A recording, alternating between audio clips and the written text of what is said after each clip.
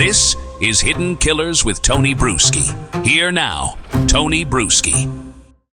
Howard Blum, the author of the book about the case where he really got in there, really investigated. He was recently on with Megyn Kelly, I believe, talking about this. And he had a very interesting theory. As we'll go back over here to the unknown DNA from on the glove and on the railing. His theory was that maybe Kohberger planted it. Maybe Kohberger put it there to try and throw investigators off.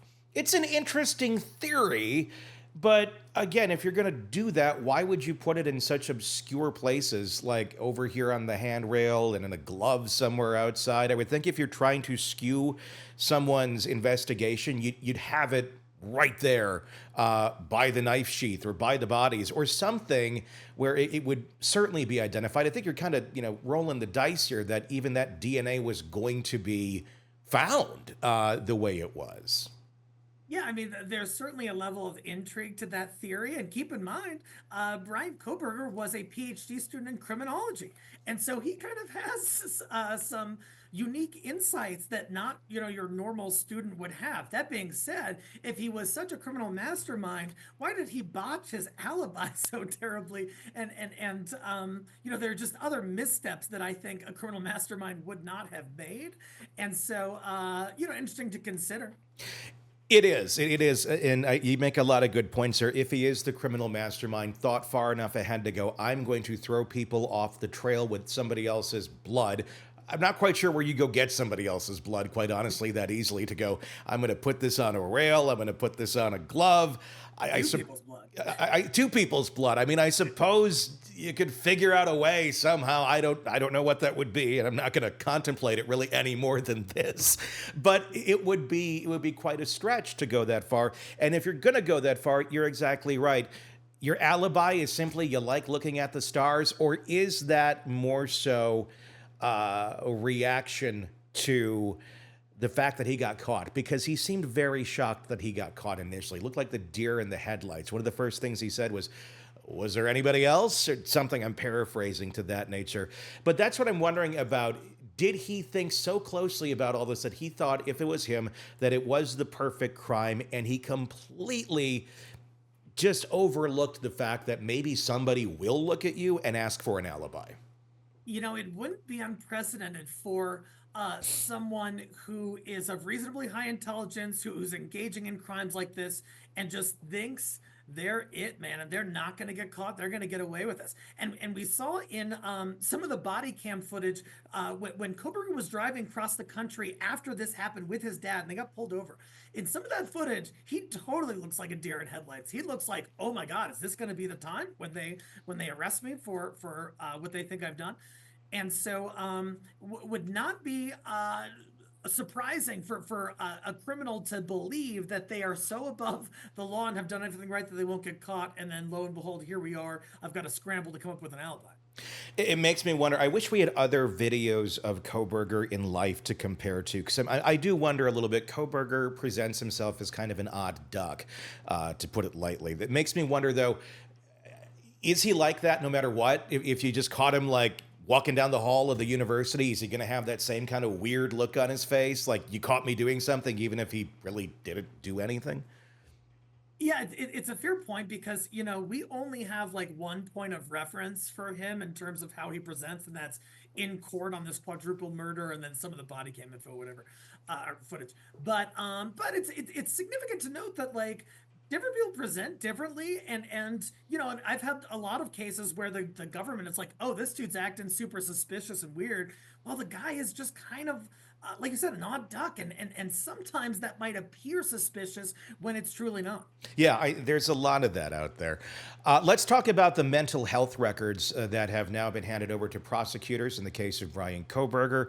Eric, where do you think this is going to go? What's the pros? What's the cons? Where do you think the prosecution is going to take the information that they're going to unearth in these medical records? interesting move, a risky move by defense, because defense, in turning over medical records, likely is waiving any kind of physician-patient privilege that he might have had. So not only could prosecution comb through those records, which they absolutely will, find little tidbits that appear incriminating used against Kohberger, but they could issue additional subpoenas to other medical providers, other doctors and therapists whom Kohberger may have seen, and it could open up a huge can of worms for Kohberger and give the prosecution gifts that they wouldn't have access to otherwise. So when we're talking about medical records here, are these just specific ones from a specific point in his life, or are these like spanning all the way back to where we saw the allegations where he would have been online in his teen years talking about the visual snow and not having emotional connections to people, and noticing that there was a big difference in his psyche from an early age? So the medical records that were turned over were likely limited in scope, limited in time, that kind of thing. But the legal effect of turning those over could be a complete waiver of all physician-patient privilege. And so what that means is that the prosecution may be able to go into or at least seek records from years before and learn information about who those providers might have been, what health insurance might have been on board. They can get a health insurance ledger and determine what other providers Kohberger has seen. So it really opens things up, and it's risky. I think defense is hoping there'll be some kind of sympathy or sense that there were mental health issues going on and the death penalty is therefore not appropriate. Yeah, is this a longer move like this? Is this a longer play to more so save his life, not necessarily not prove his innocence in this case? Because if we do look at these records, we do know from reporting from, I believe it was Howard actually, with the dad, that he's had trouble throughout his life, and there have been issues with him in the past. It is out there. As far as what sort of treatment he got with mental health, obviously he was addicted to heroin for a while. All of these things not necessarily making a murderer, but does it make a murderer when you put all the pieces together? And this is part of the recipe when you're looking at someone's mental health history, to kind of go, yeah, they may have a propensity to possibly do something like this. While it may contribute to this idea of making a murderer, it may also make him a poor candidate for the death penalty. And I'm just wondering, like you said, if that is kind of the long play that the defense is angling towards, because that can go a long way on the death penalty side. It can go a long way with jurors, with a judge. Mental health is really trending in the criminal justice system. And so I think it's probably defense signaling that, like, hey, if y'all go through the death penalty process, you're likely not going to be able to get it. So maybe let's consider something short of that. Is this a move that may be out there prior to a trial, maybe for contemplating possibly some sort of a plea deal of some sort? I think in reading between the lines, that could certainly be a message that's being transmitted.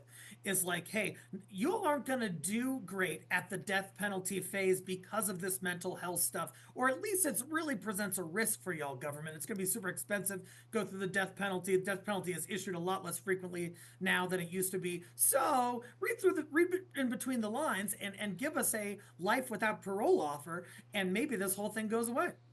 Do you think we're going to see anything like that? Do you think that there would be a concession here on the part of the Kohberger camp, or is this going to go to trial no matter what? I think it has such public attention right now. I don't think either side has any interest in backing down. Is there room for some kind of compromise, like life without parole? I think there's always room for that. But as we get closer to trial, I think the prospects of that get lower and lower. If true crime is your obsession, we've got you covered. Press subscribe now to the Hidden Killers podcast and True Crime Today for non-stop coverage, expert insights, and in-depth analysis.